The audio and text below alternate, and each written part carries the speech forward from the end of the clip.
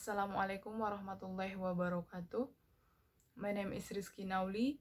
In this video, I want to explain about organs of speech.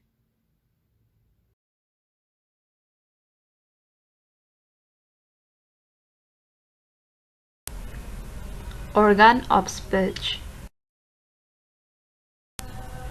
Organs of speech. Organs of speech are also called the articulators.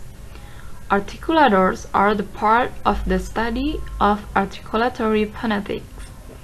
Articulator or speech organs are those organs of our body which help us to produce speech sounds.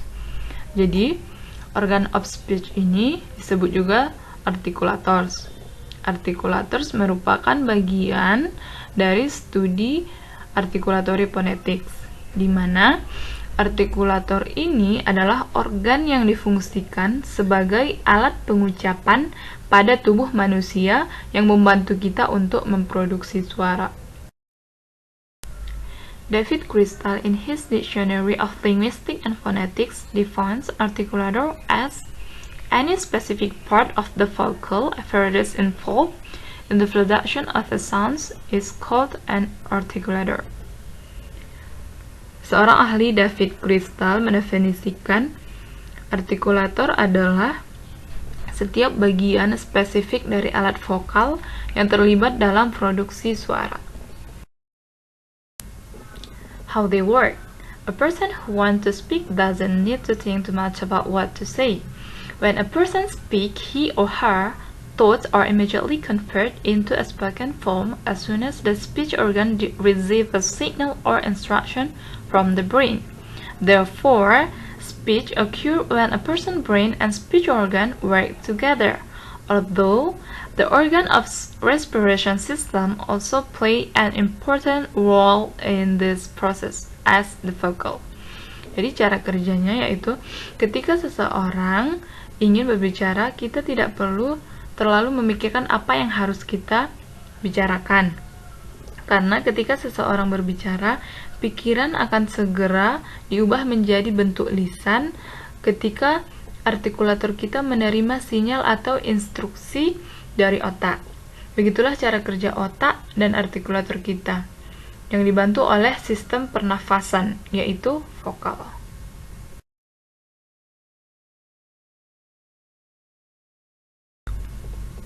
Classification of organs of speech. First, active articulators. An active articulator is the articulator that does all or most of the moving during a speech gesture.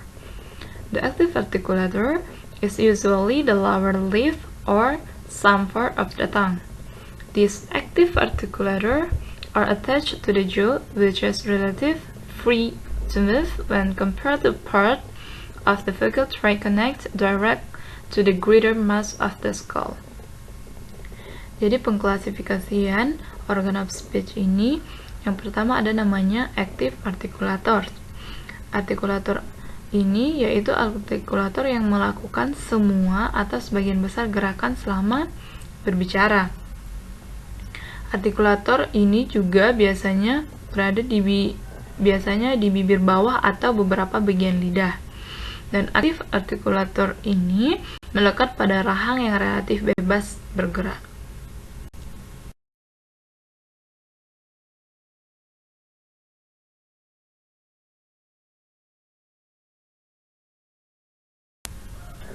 Active articulator divided to tip of the tongue, blade of the tongue, front of the tongue, back of the tongue, and lower lip.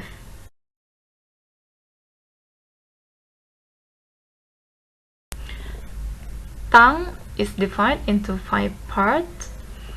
Number 1, the tip. It is the extreme end of the tongue.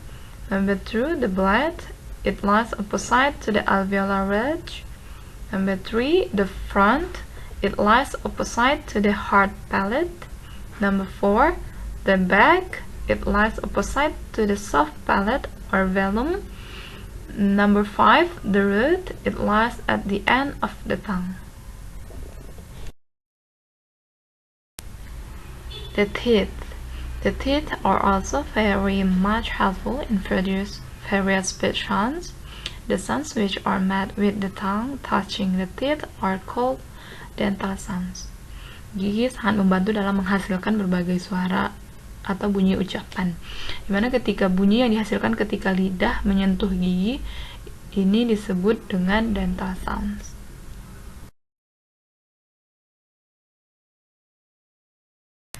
Number 2, passive articulator. A passive articulator that makes little or no movement during a speech gesture. The articulator moves toward the relative immobile passive articulator. Passive articulator are often direct, connect to the skull. Passive articulator ini membuat sedikit atau tidak ada gerakan selama berbicara. Atau passive articulator ini organ of speech kita relatif tidak bergerak.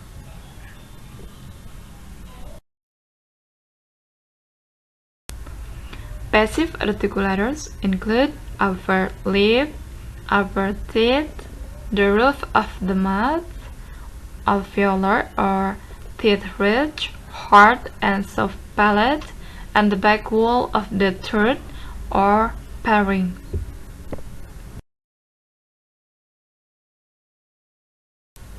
Thanks for watching.